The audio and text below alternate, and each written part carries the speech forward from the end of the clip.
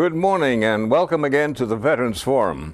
As usual, we're here in the studios of Pittsfield Community Television and Federico Drive in Pittsfield, Massachusetts. Today, for the record, is the 8th of January, 2008. Boy, does time fly. Today we are blessed, if you will, and fortunate to have another guest, John Loring, who will be telling you and reminding us of some of the things that he did that made his life interesting.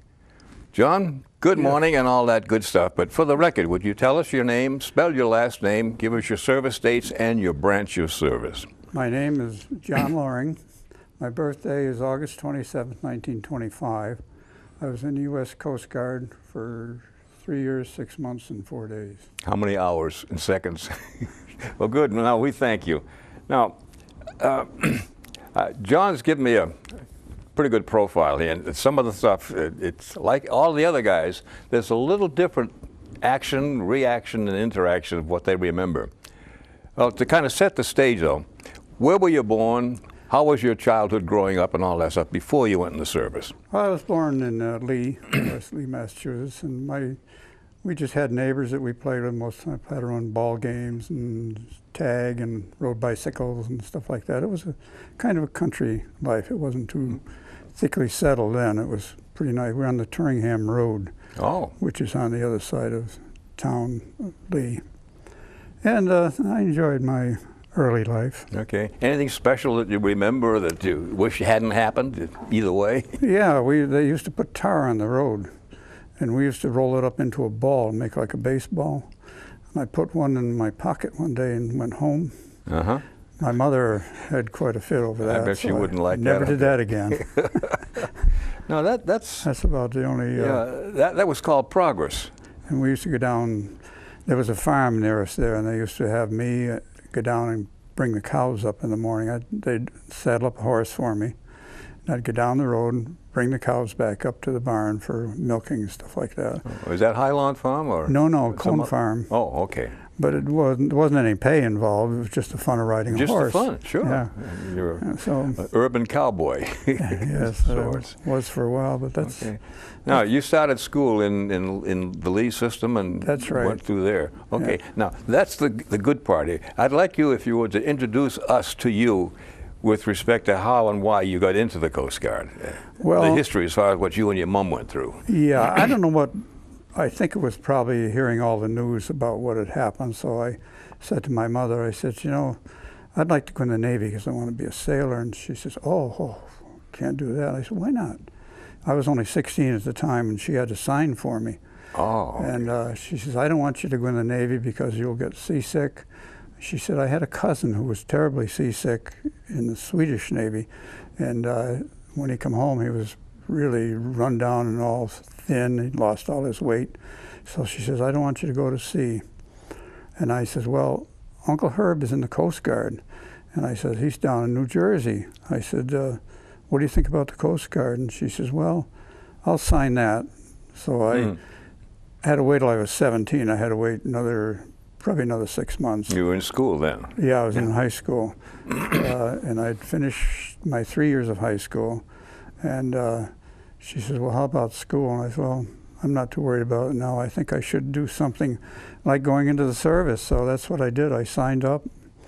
And my father drove me over to Albany to sign up. That was the nearest sign-up station. So I signed up there, and then a few days later they called me and told me to come over. And I went over with my father, and then right away it goes into the story of my time in the service. I went to Brooklyn, Manhattan Beach in Brooklyn for training. And I learned very rapidly how to eat properly because I was quite heavy at the time, you know. And I used to have a lot of snacks in between, which I had to stop because I didn't give them in the service. So they thinned me right down from 193 pounds down to 140 pounds in 10 months. Wow, you're carrying a little extra. Yeah. So that was good for me at that time. I don't know if there's anything else I could tell you right now. Well, how about, if you will, when you reported in, what were your first 3 or 4 days like? Getting used to the Coast Guard way, if you will, how you were regimented and what you did, and any of the outstanding things that you liked or didn't like at all? We got to New York, Manhattan Beach at night. So they put us in some barracks they had there with just a mattress and a blanket, and we still had our civilian clothes on. So they said, we'll get you up in the morning and get your uniforms and all that. And I said, oh, fine, you know. So about 5 o'clock in the morning, they're waking us up. You know, I never got up at 5 o'clock in the morning. There was no clock that early, huh? So they mustered us and took us down to the ship's store and supplied us with our uniforms and everything. And everything fit pretty good. Oh, good.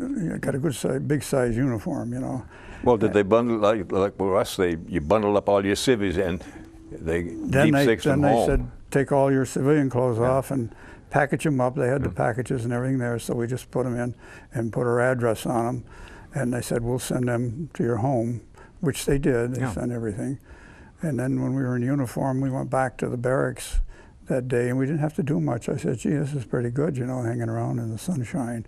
But then the next morning it started. They got us up about 3 o'clock in the morning for a fire drill. Fire drill? Yeah, you know, in case there was a fire in the barracks. Oh, okay, you know. all right, yeah. So we had to get up and go out and muster, and they read our names off, and then they said, now you can go back to bed, you know. So just get back in bed, and a couple hours later they wake us up to start the day. And the first thing we did was sit down. We didn't have classrooms. They had like a little lawn there. We sat down on the lawn. It was early in the morning, and they gave us the Blue Jackets manual, and they said, now we'll go to this chapter. And they started in protocol and what the Navy was all about and all that stuff, and how we would be under the Navy during the war, because I think that was a thing that they did automatically, you know. I never told my mother that, though. So after we got settled in good and started every day, this coxswain, it's a boatswain mate third class. I know you're familiar with it. Some people might not be. But he was the one that was our drill instructor. Oh, your tender, loving father. Yeah, well, we hated him at first.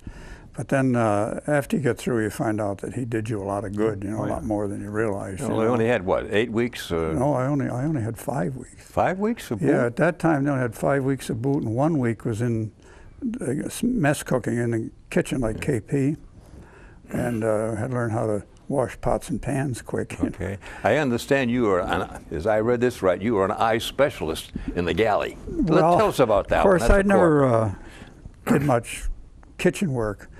So they sent me over to the kitchen. I had to do 1 day. That was required of everybody there. And the chief cook says, now I want you to peel those potatoes. I said, well, how do I do that? And he says, well, that machine right there will peel them for you. But he said, be sure and take the eyes out. And I said, okay. So I'm trying to think, what's an eye? You know, it didn't mean anything to me, you know. So I put them in this thing. It looked like a big cement washing machine, you know. It went around like this. It was all like sandpaper inside. So I dumped a bunch of potatoes in, and I started it up and stopped it in a little while, and I looked, and they were down this side, and then they got a little like this. But pretty soon all the eyes were gone. So I said, boy, I'm doing pretty good. So were most of the potatoes, too, I guess. Then the chief came in, and he said, what are you doing? I said, you told me to peel them. I said, he says, you're supposed to stop it after it takes off the outside layer and take the eyes out with a knife. I said, I haven't even got a knife. And he said, well, there's one right there. But he says, you better go in back to the barracks. He was kind of teed off because it made him short, made him short of the food, you know, for that day. So I went back to the barracks, and then they came in and they said, we need a guard to take prisoners up to court. So they said, you're elected. And I said, okay. You know, there's no volunteering, you know. So I had to go with the chief petty officer and one prisoner, and we took them from one building up to another one where they were holding court-martial. And on the way over, it's the first time I ran into an epileptic fit. The guy we were taking back, all of a sudden he went down on the ground. I thought he was trying to escape, you know. I didn't know what to do about it, but the chief said, it's all right, it's all right. He took my pen and put it in his mouth so he wouldn't bite his tongue. That's the thing you do with, at that time. And of course it ruined my pen, but. Saved his life. Yeah, he didn't use his own pen though, but he was fine. But after that, then I just finished my time there, and they put me on a Navy tug. They were building 6 of them, I think it was there, and they put me on the Mohegan. Where was that? Brooklyn Navy Yard or something? No, it was down Charleston Navy Yard. I'm sorry, I didn't get that in there. Keep the geography straight. Yeah. So they said, what you got to do is you're called captain of the port. And I said, oh boy, I'm getting promoted already, you know. Four striper. But it was nothing like that. All I had to do was make sure that the welders didn't let their sparks set the ship on fire while they were building it. I had to keep an eye, made sure they had a fire watch. So another fire drill. Yeah, a different kind. But I was on that for a while, and then all of a sudden they posted that the German submarines were landing saboteurs on the beaches all along the East Coast. So they said, we need men to patrol the coast. So they gave me my choice. I could go either to Blackbeard Island, Sapelo Island, or Jekyll Island down off the coast of Georgia. So I liked the idea of Blackbeard. I said, yes, The old pirate. yeah, that sounds pretty good, you know. So I went down there. They gave me a Rising submachine gun. I never shot The a old machine 45 gun. squirt guns? Yeah, it's 45 caliber. Yeah. And How are you trained? trained ourselves out on the beach. Really? Every few days we got new ammunition because it would turn green. But they had us fire it off, find a sand dune where nobody was around, and fire the gun off, and it'd keep walking right up in the air. They'd be shooting straight up in the air after a while. But it was interesting though. But I only stayed there. I wasn't there that long.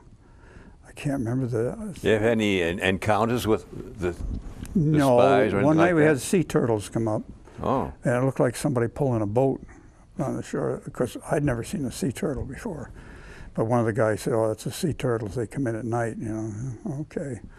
So, no, we never ran into anybody. now was that Blackbeard? Was that just off the coast or way out in the Just deep off blue? the coast. No, there was only like a stream in between. There was an island you had to go on first, Sapelo Island, and then there was a stream of water that went through, and then the next island was Blackbeard Island. Okay. There was a little bridge that went across. So, but they took us back and forth by boat, like a motor whale boat. They'd drive us out there. Now, where were you quartered? We had a barracks out there. It was kind of an old rundown building that used to belong to I think the public, I can't think what they were now, but they used to have, the government used to have it. It was like an observation station. It was, wildlife was all protected there. You couldn't hunt there or anything. But we stayed in that old barracks, and everything was ancient in there, even the chairs and everything else. But we had a cook with us who cooked our meals for us. But we'd get liberty about once every week. You know, as I say, I wasn't there that long. I was probably maybe 3 weeks. That's one thing I wanted. I never kept track of the time, because when I went in, they told me no cameras, no diaries. Yeah. And I said, well, you wouldn't dare. I sent my camera home. I wish I hadn't done that now, and I didn't dare write down anything. They said, you know, somebody could trace you just from what you write. Okay. But I wish I had now, because a lot of the dates have slipped away from me. And a lot of things that were then not too important all of a sudden become very important. I know. Now I wish I could remember some of them. But anyway, after a while they posted that they had new radar equipment, and they needed radar operators badly. So if anybody wanted to volunteer, they could. So I signed up for it. It seemed to give me everything I wanted. So they sent me up to Virginia. I can't think, Virginia Beach. Okay. To a big hotel up there, the Cavalier Hotel. I got there during the night, and the kitchen was open 24 hours a day, which I didn't believe at first, but I went and I got breakfast when I went in there. Sound like rough duty. Oh, it was beautiful. We had nice rooms, individual rooms, a shower, bed, everything. We were just like hotel guests, you know. But it was nice. But they kept us busy all day long. And then at night, we were allowed to go up on the roof, and we could look out to sea and see the ships getting sunk. You know, really? A big flash, you know. Yeah. And we thought, gee, that's pretty nice. And then we realized that, you know, people were dying out there. And they said, that's what we need you out there for, because the submarines are coming right in and hitting the ship. You could actually see them, the submarines, or just the effect of the just see the gunfire, flash, the big, torpedoing, Yeah, the big flash, you know, when the ships blew up, you know. Excuse me. Yeah, we couldn't actually see the submarines, or we couldn't actually see the ships, because see, mostly at night, but you could see the big flash when they blew them up, which we were watching. Then after I finished that, then they sent me down to, I think it was Baltimore, to wait for a ship. And while I was there, they had what they call a PF, a patrol frigate, the USS Reading. It was sailing out of New Orleans, about finished being built. So they sent me down and assigned me to that crew. So every day we'd go down the Mississippi and out into the Gulf of Mexico to just test all the equipment. And we Sea had trials, huh? Yeah, we had a shaft that kept overheating, on the drive of it.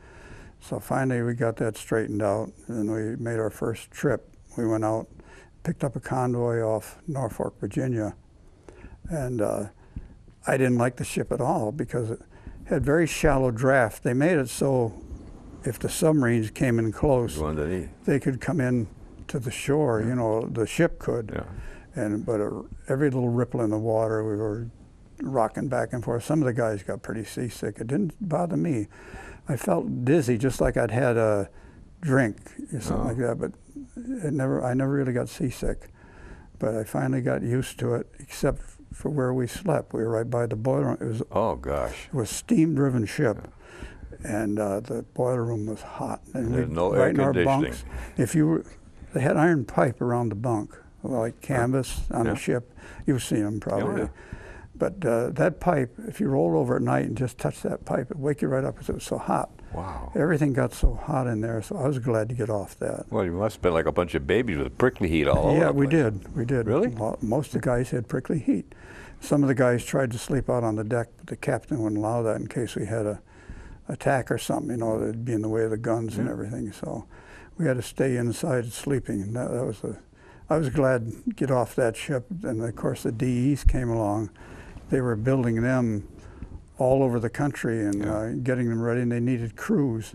So the Navy gave the Coast Guard 30 DEs, and of course they had to be manned by the Coast Guard.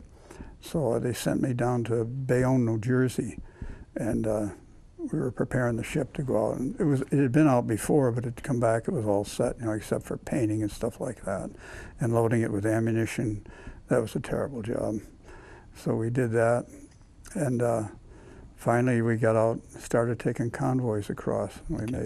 Now, when you were assigned or stationed on the ship, did you have your rating then, or did you have to work up to it? Yes, I'm sorry, I had my rating then. Okay. As soon as I was assigned to the Reading, the first ship, they gave me my rating then. Okay, third class? Third class. Good. Third class petty officer. Yeah. It was nice. And, money was quite nice in those days. I think the base pay was something like $78 a month or something like that. It started off I was on this $30 a month first, about the first few months. Then, of course, the government changed it. They used to pay $1 a day in the service. And found. Then they raised that, and then I was getting, I think it was $54 a month. And then that went to $66 a month, and then $78 a month when I was third class. And then, of course, you got sea duty pay, which was, I don't know, it was 8 or 10% or something like that. 10%, I think. So I always had plenty of money. I never, of course, I wasn't married or anything then, so I just spent it on myself and having fun. Well, you're in good company then, huh? Yeah, I enjoyed it. Now, on your first convoy, or any of them, how many did you have altogether going back? Where did you go from to, and what were your compliments? What they used to do is send us wherever the convoy was forming, either off Boston or off New York or off Norfolk or off Florida sometimes. Well, how about Halifax up there, Nova Scotia? No, we didn't go that far north. Oh, okay. But they used to form the convoys, and then they'd call for the escorts, and then they'd stay in close to the United States. And then when we got there, we'd start them off. And a lot of the captains on those merchant ships were foreigners. You couldn't give them signals because they didn't know what you meant. You couldn't talk to them, because you couldn't do the regular radio with just a loudspeaker, get back in line. They had all been programmed before where they were supposed to be. Okay, in a floating grid, if you will. Yeah, so many feet apart, and but a lot of them didn't understand half of it. And whenever you tried to tell them to watch out for something, they didn't know what you're talking about. They didn't care. Oh. Yeah, but that's kind of weird, though, because any guy gets out of line, he could ram somebody else. That's what we had to do, buzz in and tell them to get back over, because we kept track of them on our radar. And we had a big screen probably the size of this desk. And the center here was our ship, and we could check everybody. And if they were getting too close together, we would go over and notify them either by speaker. We couldn't use the radio. And they couldn't know wigwag, so. Yeah, well, they tried, after they put Navy gun crews on them after a while, you know, on most of the merchant ships. They put a big 5-inch gun on the Yeah, stern. that was the armed guard, wasn't it? Yeah, the armed Out guard. of Sheepshead Bay. Yeah, and one of them would have be a signalman or be familiar with signals, so that would help. Yeah. But we had a lot of trouble with the captains on those merchant ships because most of those ships would only go to 8 or 10 knots, you know, the merchant ships. Yeah. And we'd try to keep them up to that, you know, 8 or 10 knots, because the war wouldn't go on if we didn't bring the supplies over and the soldiers.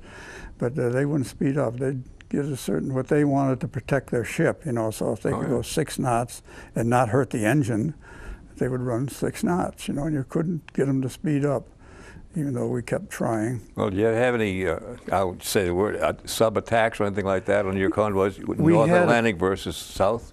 We had a couple of submarine pickups up in the North Atlantic, but we thought they were submarines, and they picked them up on the sonar. And our job was, when we picked up a signal like that, we were to attack it and drop our first pattern of depth charges before we sounded general quarters. So we would be in among the convoy. If we picked up something in there, we'd just go in and drop our depth charge. One of the main ones we did, we dropped it in front of a troop ship, and they're set to go off at 50 feet, 100 feet, maybe 150 feet, because we didn't know the exact depth of the submarine. And then poor GIs traveling. Blow them out of the sack. Yeah, that troop transport. Really? They were stacked 6 or 8 high. I know. Oh, yeah. And then a lot of them would bounce, or someone broke their arms, you know. And the colonel or something had the troops, and he gave us kind of a nasty note, you know. And we said we had to do that. That's what our orders require us to do, you know. Better get bumped and bombed. Yeah, so that's what we had. Haven't had any casualties at all, or any real attacks versus the alarms? No, when we were going into the Mediterranean one time, we were attacked by some German, I think they were Stuka dive bombers. They weren't after us though. But when we picked them up on the radar, they were close to the water. We picked them up on the water. We had 2 radars. We had SL and SA. SL was the lower one, and the SA was for airplanes. But we picked them up on that and recorded them going on. It was over 200 knots or something like that. They said, that's not a ship, it's something else, you know. So we immediately started a smoke screen and notified the convoy that airplanes were coming.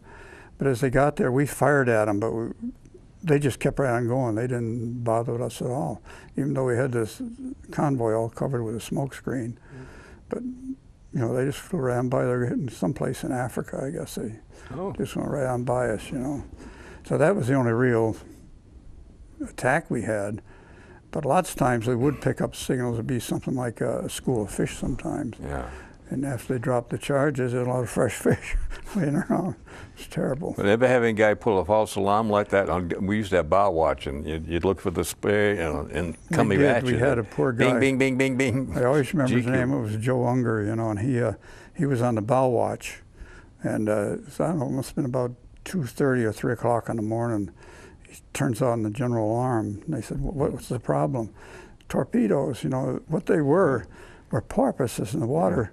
Was fluorescent, and it looked just like a torpedo coming. Yeah, you the know. water was fluorescent. Yeah. That was right after one DE was torpedoed, you know. So right away we were all shaking, anyways, you know. But they all got pretty angry at Joe Unger, you know, middle of the night. Yeah, but hey, it's better to He be did the safe right than sorry. thing, yeah. He did what he was supposed to do. I saw him quite a few years after the war. I met him in Florida.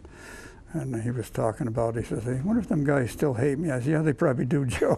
Yeah, Getting them up. You made a scar for life. Yeah. You ever have any storms crossing the Atlantic? We did. We had a terrible storm one time. It took us 31 days, because we had to get, what happened when the storm hit, we notified all these foreign captains, you know, spread out, because we didn't want them colliding with each other. And we had an awful time in convincing them to do that. You know, they didn't want to go off by themselves because they knew they wouldn't have any protection, you know. So finally we got them all spread. We weren't making any distance though for across the ocean. So finally we had to get them going again, started, because they were all going out like this. And we had to try to round them all up again. That was a terrible job. We were all over the place. And of course the storm was so bad that our cooks could not cook anything. They couldn't, no. But we did have a good signalman though. He knew how to make coffee. How would they do? He had an old tin can. He filled it with water, and put a blowtorch against it and heat it up. And then he'd drop the coffee grounds in the top. Come on, have a cup of coffee. Yeah. It was terrible stuff, but it was better than nothing, you know.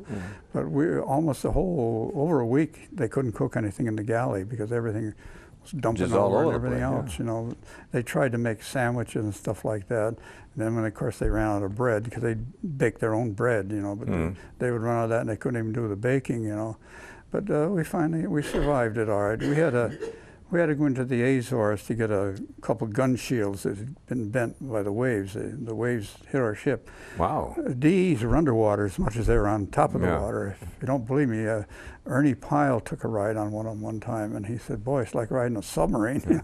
Without a periscope. Yeah, he didn't like it, but he told about the DEs. They were a pretty sturdy ship. Oh, They yeah. were some of the first ones that were all welded. They used to use rivets, you know, Yeah, but that it's took pop. so much longer to build a riveted ship, and it took 3 men to do the riveting, whereas a welder could do it by himself, you know, and they saved manpower that way, and the ships were made actually flexible. Right about in the middle of the ship, there was a gap that opened up, but it had rubber in it, so nothing could get in there. Really? But that's so the ship could Okay, so- flex, you know, when it. Yeah. Because, boy, sometimes you hit them waves and it feels though it's going to break right in half. But, of course, we never had that problem. I don't know of any Ds that did, you know, were breaking in half. They really stood up well under the stress. And these were ships that were actually thrown together because they had none up until, I think it was 43 or 44. President Roosevelt finally ordered them because they wanted something smaller than a destroyer and something that was sleek and fast. Yeah, like a Corvette. That's what, yeah, well, they wanted like the British Yeah. Corvettes.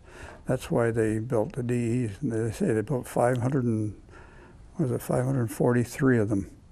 And they were all commissioned, but a couple of them never got out of the shipyard because the war ended. And Oh, lucky. yeah, Now, you reminded me of something when you're talking about the storm and the cooks and bakers couldn't do their thing. Now, I think we shared the same kind of experience. You used to have gangway watch. yes, I and did. Log them in, log them out. Play it that once to some of the folks. That Well, was a good one. I got the gangway watch a lot. So what would happen was you have to check everybody off when they went on Liberty, and then you had to check them back in. So the cooks and bakers were never there on time. You know, every one of them would come back half stewed, you know. Oh, completely stewed. Yeah, and they'd say, "Did you log me in?" I said, "No, we're not going to log you." All right, you know, because if we logged them in, they'd be late. Yeah. They'd always last minute. I don't know how they knew exactly when the ship was going. But anyways, that was one favor we did for them. And then they did us a great favor too, because every time they bake something, you know, fresh bread and stuff like that, they'd bring it up to us, you know. Oh, yeah. We want to thank you guys. I never logged a cook or a baker late, because they never were. They always You couldn't. They always got on before the ship sailed. So I told them, I said, you know, if you come after the ship sails, I said, I'm going to have to log you. I said, we'll be here in time. Yeah. They did. They made it. I don't know how. But they were a great bunch, but they yeah. loved their drinking. And Oh, well, you know, in a hot oven all day, you guys well, got that's to cool what I out think somehow, it was, being yeah. locked up in the kitchen all the time. Oh, what a memory. I shouldn't interrupt you, but we used to stay in gangway watch, and about 3 in the morning when they start the ovens up, you know, Yeah. that nice aroma, and out of nowhere, the guy come up with 3 or 4 loaves of bread and one of these 5-pound cans of raspberry jam. Yeah, yeah. And boy, that stuff went around real quick. And buddy all the way, you know, PYA, and it worked. It was You great. know, at that time, officers were treated different than enlisted men. You know, in other words, their food was different. Oh, sure. And not that there's anything wrong in it, but they sent myself and another fellow down in the hold sometime to bring up some cans of fruit cocktail they had stored down there for the officers. Mm-hmm. So we went down, we opened up the hatch, and boy, there's all these cans of fruit cocktail, and we hadn't had any in a long time. So we took one and set it aside, took them up to the officer, and then we sat down. We ate the whole can that fell on it, and boy, did we get sick. All that sugar. For years after, I could not eat fruit cocktail. Just to look at it would make me sick, you know. We made real pigs of ourselves. We should have invited some of the other guys to join us. you Oh, know. sure. We didn't. But that's where they kept the beer too. We didn't touch that. That was a 3.2 beer. They always had beer in there. We celebrated that when the war was over in Europe, and then again when it was over in Japan. They gave us each 2 cans of beer, because we were at sea both times, you know. But It was all right. And where's your most memorable convoys? From, say, New York to where? Europe, Africa? We picked it up, I think, off Norfolk, Virginia, and we went to Casablanca. We were the first convoy to go in there. Oh. And it must have been kind of spicy. yeah, we were kind of afraid, but we didn't have any problems. You know, we got the convoy in there all right because they needed the supplies bad. And then after that, we went up to Italy, up Sicily, but we never landed there. We just brought the convoy in, and then we'd turn around and take a convoy back. Somebody else had previously brought a convoy in. But we took one of the biggest convoys they ever had, and there's only six of us escorting vessels till we got over in the Mediterranean. Then the British would have a couple of their corvettes join us, you know, and we'd take them into wherever they had to go, you know. It was nice. But we never stayed long in those ports. They got us out of there because they were afraid of enemy action, you know, and they figured if the merchants got sunk, that was... We lost one man on one trip, and I always felt bad about that. A heck of a nice guy. He was out on the fantail, and a big wave hit us, and he went over the side. And they said, man overboard, you know, so the captain, he immediately swung the ship around and went back, but he had a vest on with a light on it and a whistle. Mm-hmm. Never heard a thing out of him. And then, of course, the Commodore says, get back on station. You're in submarine territory. So we had to leave the poor guy. We had to go. One guy versus the convoy. Yeah, we had to get back on station because they said, you know, you could lose thousands of troops because troop ships all stayed in the middle of the convoy. Mm-hmm. So anything to get to them had to go through escorts first and then the outer layer of ships. But one of the interesting things we used to do when we refueled at sea a couple times, because we never could stay in port that long. If the convoy was ready, we'd go into port and start right off with it. But the refueling at sea was a terrible ordeal. I don't know if you've ever seen that. Oh, yeah, the high lines. Well, yeah, they'd run a line across, but when the ships rolled together, the guys on the deck would have to run to keep taut, break. And then when they pulled apart, they had to loosen it fast before they broke the line. But I used to watch the poor deckhands. Oh, they race back and forth, Well, we used to highline mail. That was the only way you could get us sometimes. Yeah. In convoy, you just didn't waste time. We had a doctor for a while. We sent him over. And that was when he got on the breeches buoy, and we started to send him over, and the ships came together, and the pulley came down, whacked him right in the head, split his head. So we finally got him on the other ship. He had to go over and take care of a guy that got caught under a hatch and broke his arm. It was a merchantman. But anyways, that poor doctor, he worked with that bleeding head. I don't know how he did. I think he wrapped a bandage around his head. But after that, they made him wear helmets when which he should have had on, you know. Hindsight's always good stuff. Yeah. But he apparently survived. They took him off at the next port and shipped him back to the States. But he was apparently all right after that. You know, they said he survived it all right. But boy, that was scary. That, you know, here's the only doctor in 6 ships, you know, and here we had to bounce him on the head. Go whack him. But he did take care of the guy. A hatch fell on one of the seamen on one of the merchant ships, and he did a job on his arm. So I think he had to amputate the arm. It was so smashed. That's bad. But that was another thing that happened on different things like that happens. I say I wish I'd kept a better record of everything, you know, because it was. Well, that's one of the things that some of the guys, fortunately, have been before you on the program. And I'm trying to make sure we don't do the same thing. But hey, after the mics were cut, boy, I should have told you about the whatever, you know, me and Mount Suribachi or what have you. So if as we're going along and I don't ask you the right questions, dig in because everything adds to the puzzle. Now, what was your relationship? I read in your notes here that battle station was CIC. Yeah. And you had an ensign that you and he weren't much of friends. Well, give us that one. What happened to that ensign? See, I was on gangway watch, and he was off on Liberty. He was in Oran, Africa. And pretty soon we get a Jeep pulls up, and they said, we need some clothes. I said, what kind of clothes for your officer? They gave me his name. I don't remember it now. It was Ensign. So I says, where is he? He said, oh, we got him in a hotel here in town. And he lost all his clothes, and his wallet, and everything else. Did he get mugged? He got mugged. I think it was more than a mugging. But anyways, he said we need some of his clothes, so we had to go to the officers and tell them what we needed for this officer. So we got enough clothes for him to get back to the ship with. But then when he came back, he always was kind of snippy like, you know. Well, one time I picked up a bogey on the radar and I said, we got a bogey, which something weren't sure what it was. And he says, well, what is it? He was running con at that time. He was up on the bridge. He said, what is it? His friend, your foe, what is it? And I said, I don't know yet. And he said, well, combat information is supposed to know everything. He says, that's why they call you combat information. I said, sir, the only thing I can tell you for sure is how to keep your clothes on when you go ashore. The captain heard that because the captain was up there, you know. And one of the guys told me the captain just smiled when I told him. He said, gotcha. He didn't dare do anything to me, I guess, because the captain was right there and heard the whole thing, you know. But I had a couple of run-ins with him. We pulled into Boston one time, and we had, I don't know, 3 days there or something. And so I said, gee, I live right in Massachusetts. I says, can I get leave to go home just for a couple of days? And they said, no, we can't. They did it by divisions, you know. In one port, one division, they had 3 divisions on the ship. Okay. One division would go, and the other 2 would be on board in case they had to go to sea right away. So he says, no, you're not in that division. So I fixed it up with a guy to sleep in my bunk, one of my buddies, and I said, I'm going to go home. So I went out and I hitchhiked a ride home. I come home.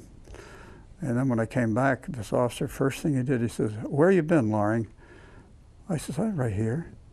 He said, well, he says, somebody else was in your bunk. It wasn't you, you know. And he starts in on me, you know. And I said, yeah, I was right here all the time. He says, somebody else answered roll call for you, too. He says, I'm going to find out the story on this. He says, you're in real trouble. And I said, okay. He never did, though. We went to sea. He probably grew up and got smart real quick, yeah, you know. He never did. But I had these guys answering roll call and a guy sleeping in my bunk, you know, so if anybody did a bunk check, you know. But I got home for a couple of days. Good. And I went back. And Now, talking about being home, every once in a while when you're in port, did you get blessed by having shore patrol duty? yes, I did, lots of times. Share some of those. I don't know why they picked me to be on shore patrol all the time, and I just couldn't believe it, you know. And what we did on each one of these foreign ports, we'd raid, let's see, what you call them? Homes of ill repute? Right.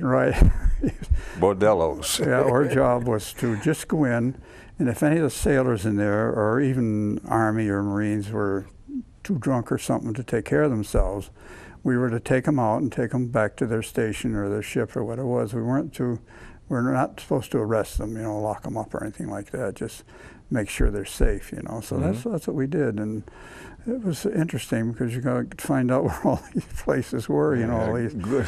On the shore. Yeah, these geography lesson, huh? But it was good to do. That's the only most of the time we were at shore, or, you know, overseas. Just when I was on shore patrol duty, so I couldn't do anything but shore patrol duty all that time, you know. Now, you also said, if I remember right, that you had the mail detail once in a while. Yeah. That could be interesting. A buddy of mine, this Bob Gammon is his name. He's still down in Florida. We hear from him Christmas time. Oh, good. And he and I always got this mail run because they liked us, I think. But anyways, what we had to do is take the mail into the Fleet Post Office, wherever we were, and leave the mail and pick up, for some, I don't know how they did it, but they had our mail at that Fleet Post Office. They knew exactly They're sharp. when we'd be there. So we'd get there and pick up the mail, but then there's usually a canteen nearby, so we'd go and have a couple beers. Keep the dust down. Yeah, the Army each of us with a 45, you know, we looked real official-like, you know, and leggings, you know. So we'd go in and get a drink or two, and then we'd go back to the ship, and everybody said, what took so long, you know, because they were all waiting for their mail, which you couldn't blame them for, you know. But we said, oh, well, you know, the post office is slow, you know. Yeah. Which they weren't. They had everything ready for us, you know. Get you in and out real quick. So I thought, we're going to get kicked off this job. We didn't, though. Every time somebody had to go for mail, we were selected to do it. They issued us 45, put your leggings on and your white hat and go in. That's what we did. Yeah. You ever have any training how to shoot a 45? We did eventually. I was in, oh golly, before we went to the Pacific, we had a big, I can't think of the name now. It's a beach up near Virginia Beach, but anyways, Little Creek, Okay. Virginia. We used to go up there and they trained us on all types of guns, you know, from the 3-inch, that was our biggest gun, 3-inch, 40 millimeters, 20 millimeters, and handguns and rifles. And I did so good with the rifle that they finally made me a marksman. Not a sharpshooter was a little better, you know. And but I did get the marksman designation. So that's another thing that tied me into something else. When we were in the Pacific, you know, they were always short of fresh water to take a shower or something like that, you know. So you had to take a shower in salt water, which didn't feel very good, especially if it was warm. Felt dirty when you got out of it. Sticky, you know. So they said, well, we'll stop and go swimming. They said, make a good search of the area, make sure there's nothing around. There'd be nothing around. So we'd stop. What's nothing now? Submarines or sharks? No submarines or no other ships or no sharks.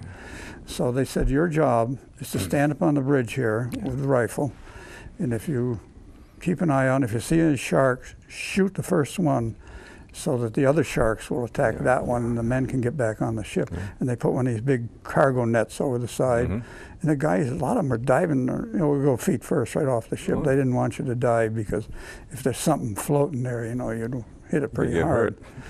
So they said, you just stand up there, and if you see a shark, you sound the alarm and fire, shoot the first shark you can. But I never saw a shark, so I didn't get to shoot up there at all. No, it was apparently an area where there just wasn't any, you know, because the guys all had their nice swim. Of course, I didn't get one. But we used to get tipped on when they were going to turn on the fresh water. We had evaporators on the ship that made fresh water, but most of the time they were broke down. You know, just didn't, they had enough just for cooking and drinking, and that's all. So most of it was salt water. That brings back a memory. When you had night watch, you know, gangway watch on the berthing compartments, we used to almost bid for getting the watch on officers' country. 4 or 5 canteens, you go up when it was quiet, cold, fresh water. That was $3 or a can of beer next time you had Liberty, you know. Bring them back, and but it's silly, the things you really like when the guys came home, the first thing we look for, fresh milk. Now you see some guy you know had been rip-roaring drunk for 4 or 5 weeks, glass of fresh milk, the best thing you could ever get. That's where I got angry at the Red Cross. I shouldn't have, because I know the Red Cross does a lot of good work, but I didn't at the time, you know. But when we came back from the Pacific, we had all these Seabees with us. As a matter of fact, we had 80 of them. We giving them a ride back to the United States. And on the dock was all this fresh food, you know, long tables, you know, milk and everything. So, boy, you know, and right away, none of the ship's crew is allowed to go. Off limits? Off limits. But all, of course, the Seabees, they certainly deserved it more than we did. Absolutely, I wore one. A lot of them were over there 4 years, you know. They didn't have anything like that, you know. We would get back in port once in a while, but they didn't. But it just griped me, you know. I said, gee, the little things. All this, and then when we left, this stuff was still there, you know. They were still serving other ships that came in, you know. So that kind of bothered me with the Red Cross, but I say I shouldn't say that because I know they've done a lot of good work, and a lot of good work since. But another thing they did over in some of the foreign ports, they had like canteens set up, and they'd charge you 10 cents for a beer. Salvation Army had them free. Everybody used to go to the Salvation Army. Well, you see, a couple of times now you mentioned the Pacific. When did you transfer from the Atlantic into the Pacific? As soon as the war was over in Europe, they told us that we were going to the Pacific to fight kamikazes and pick up. Picket duty, And pick up downed airmen, because they were going to attack Japan. That's what was in the plans then. So they sent us down to down the Caribbean, down Panama. Can't think of it. What's that big naval base down Guantanamo? there? Guantanamo. They sent us down there for gunnery practice. They'd put on, we stopped in New Jersey, Bayonne, New Jersey, and they put on more anti-aircraft guns. They had them so close together, the guys were almost walking over each other. But they put us down in there to train to shoot planes, and that was the whole idea of the thing. So after we finished that training, they sent us through the Panama, and we were to go over in the South China Sea. I never looked that up to see where it was. That's where we were headed for. In Combat Information Center, you knew everything was going on. You know, we knew exactly where we were going.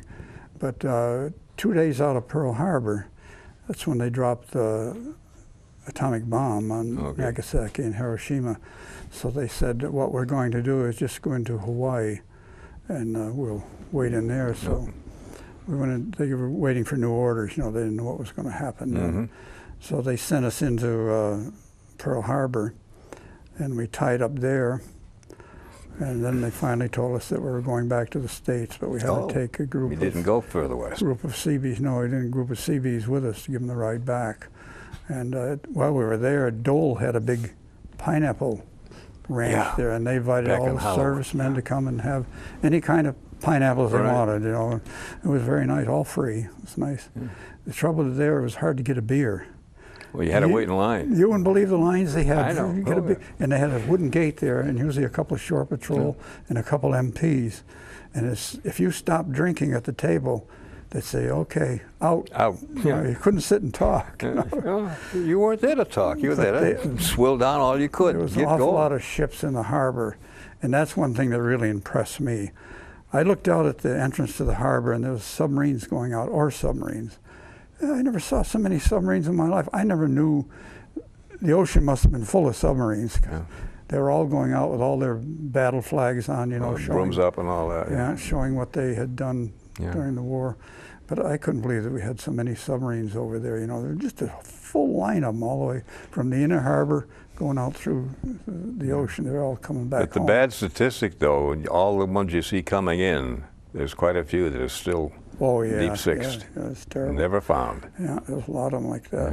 And we came back with the old, I think it was the New York, the old Flatiron battleship. You know, it looked like a big Flatiron. I don't know if you noticed the difference in it, but the old battleships were built that way. It looked just like a big Flatiron. And they were telling us when they fired it, the thing would jump something like 6 or 8 feet to one side, you know, if they did a broadside. You know, the whole ship went this way. Yeah, the whole ship would move, and they fired all those guns. They fired a couple times on the way back just to get rid of ammunition, you know. We watched, and we couldn't notice that from where we were, but they said they actually would jump 6 or 8 feet to one side. Now, did you ever have, when you're going through the canal, you went once or twice, once out and once back? Went through it twice, yeah. It was a regular sightseeing tour. Yeah. You know, I was always interested in history in school, and I'd read about the Panama Canal, all the things they went through to build it and stuff like that. So we went through, we had one officer who was he could have been a school teacher, I don't know. But he knew all about it. He was telling us where we were, what locks they were, and how they built it, how they did it, and how it all worked, and how they had to raise us up to the level. And then when we got on all the locks, he told us how long we'd be. They'd take about 3 or 4 of us in the lock at one time. Of course, the battleships and carriers is just one in the lock. But, yay, much clearance. Don't anybody hiccup. But we had plenty of room, you know, going through. But you ever pull any liberty in Panama? Yes, I did. They one side was run by the Americans. The United States was control one side of the canal, and the other side was under Panamanian control. So they told us, for our own good, don't go around the Panamanian side because you have no protection there, and you know you could get murdered or robbed or anything like that. MIA. So, yeah. So of course, the first thing we did was go on the Panamanian side. Oh, sure. And it was something to see. They had, the streets were little storefronts, and each storefront had a girl standing, a mature girl standing and practically naked, inviting you in for the services that they provided for the servicemen. You know. They stood out there, "I'm the best in Panama," and all. They were actually yelling, advertising. You know. We couldn't believe it. We just walked down the street, and I said, "Well, we better get out of this section." So, amen. So we went back in the other section, but it was no fun over there. Great. Much now, fun. you said the war was over and your guys are coming home. What did you do once the war was declared? You came back. Did you go anywhere to, as you said here, I think, up to Virginia to mothball and then get discharged? Yeah, well, see, we came back, when we came back with the Seabees on board, we stopped in San Diego and unloaded all them, and there was 7 officers, I think, and something like 80 men. Okay. They all got off. They had to take their luggage and stuff off. And then we hung there a couple of days, and then we finally went around through the Panama Canal. They didn't know. Then we went up by Florida. They told us we'd be coming back to Florida because that's where they were decommissioning the ships in Green Cove Springs, Florida. But we went up to New York, and they let off some of the men up there. And then we came back with like a smaller crew. Yeah, skeleton crew, really. Yeah, we didn't. They wouldn't let the radar men off No. because they still had secret stuff, you know. And I had enough points to get off, but they wouldn't let us. So they said, "You're going to Green Cove Springs." But that was pretty good duty because we were in town every night, and we had one of the fellows was from there, and his father was an automobile dealer, used car then. He was a new car dealer, but of course they weren't making any new cars. But he'd always let the boy take a car, and he'd give us a ride into town. You know, we had a great time in there. Oh, It was good. rough We had our duty. own transportation, yeah. And then we'd go back, and then we start chipping paint on the ship. We had a chip. Then they had these commercial people come in and put it was like a big spider web over each one of the guns. Oh, you know, the cocoons? yeah, cocoons, you know, to protect all the weapons and stuff like that. And that was interesting because we had to hang around and watch them doing all that, you know. It was Where were you, what's they say, released or discharged? Boston area, New York, or where? Manhattan Beach again. Okay. Yeah, And then Then came home. they sent me by train up to Manhattan Beach, and then they held me up a day or so because I had a spot on my lungs. Oh. What it was there. It was calcium, but it had turned black because I took up Okay. smoking. TB. I took up smoking, so they checked me all out, and they said, "Oh, you're fine." So Okay. they just held me a day. They said, "Are you familiar with that?" And I said, "Yeah, it used to be white." Of course, after the smoking, it turned dark. So they said, "Well, it's nothing serious, as long as you've had it this long." So. Yeah. Well, when you got home, what kind of a welcoming did you have? Well, what happened Anything was, great, wonderful? No, my mother was working in New York during the war. She had some city people that used to have a summer home in Turringham, and she was working for them, and she went to New York. Well, I got off the train there and went in to see her, and she says, "When you going home?" And I said, "Oh, I'll probably go home tomorrow," or something like that. But I didn't. I met a guy I went in the service with, and we stayed there 3 or 4 days having a time. So nobody at home knew when I was coming home. So when I got ready to go home, I just jumped on the train and went home, and there was nobody at the station to meet me because they didn't know I was coming. So I went to the nearby restaurant and had a drink or two. Then I called home. My father came up and picked me up, but there was no big, Flag waving or No, I anything? had a brother. He was there. I had a brother in the Air Corps. He was there, and then my younger brother was still home, but he was getting ready to go in the Army. I think it's right after that they started drafting or something like that. But he, Now, did you, when you got out, period, did you ever join anything like the Legion, the VFW, or anything like that? well, I joined the VFW, had a branch in Lee, and of course we had to pay dues and stuff like that. All of a sudden they told us, we're closing this unit down. I said, why? The guy who was in charge took all the money and took off with it. Oh, God. So they closed down the VFW there. So then I didn't do anything after that until later years when my brother told me that the American Legion put out a magazine that had a ship reunion, my ship's reunion, and I was not even aware of it. So he said the American Legion puts it out, and I said, okay. So I joined the Legion, a terrible thing to do just to get the magazine. But then I found out, you know, that they were having regular reunions in my ship, and I never heard of it, never knew it. Yeah, that happens. So it helped me a great deal, and I still belong to the American Legion, but I've never been an active participant, you know, because I didn't. Okay. Are you still a member or any of the posts? Still a member, but Okay, member in absentia, in effect. Now, after all of this stuff, I understand you got married. yes, I did. I married a very sweet girl, still married to her. Yeah? And we had 6 children. It was on a blind date that I met her.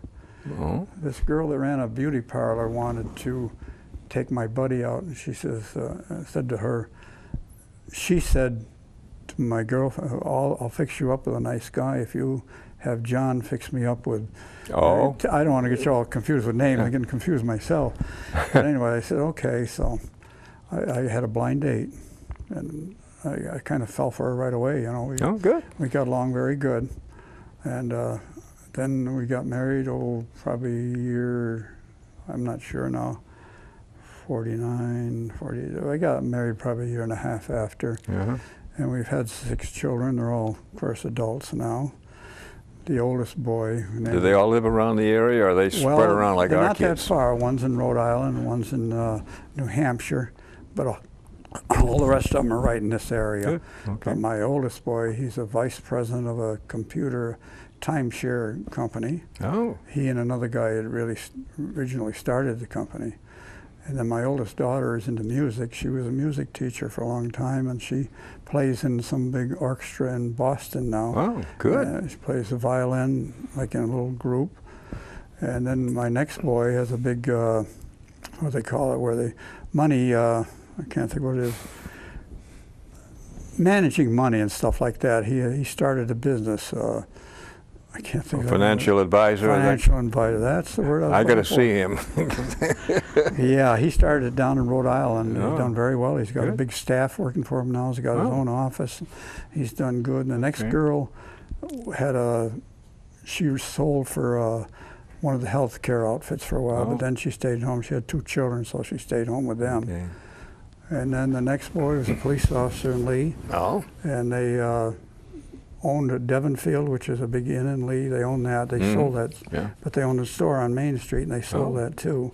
Now he's a contractor. He's about ready to retire from the police Oh. department. I just got to, excuse me, I'm cutting you off because I just got a flag from the boy in the corner. I'd like you to go through, if you will, your medals and citations real quick. We got about maybe 45 or 50 seconds. Okay. This we got to see, I think. I'll even hold them, because I tell the other guys, I'm a holder-upper. Well, Okay? that's my badge was a little different than that one. They didn't have the one with I had, but this is Coast Guard Good Conduct Medal. This is for being in the Atlantic. This is for being in the Mediterranean, African area, and this is for being in the Pacific Ocean. And then the other is the Victory Medal Okay. that all of them get. This a better shot? There we go. Fruit salad, buddy. Yeah, I didn't have any battle stars on them, but No, but you have a lot of good history with it. they told me I was in the biggest battle, the longest battle, the Battle of the North Atlantic. Okay. We have to say thank you, and I mean it, me and the guys out there and the people around here. First the flesh, buddy. Thank you. Amen. Thank you. We'll get together because I need some financial management, but we want to thank you for this. Okay. Appreciate it. Good. Glad I was able to do it. Okay? That's it for today, folks. It's amazing how quickly some time can go by when you're just going back a few, maybe 50, 60 years. And that's we're inviting all the rest of you who haven't come, but if you do have a story, guys or gals, that you'd like to come in and share with us, please. We're here to make sure that you do the best, and we'll do our best to make sure that everybody has a good time. Again, for the gang here, for John, Bob Stevens saying thank you. We'll hope to see you soon. Good night.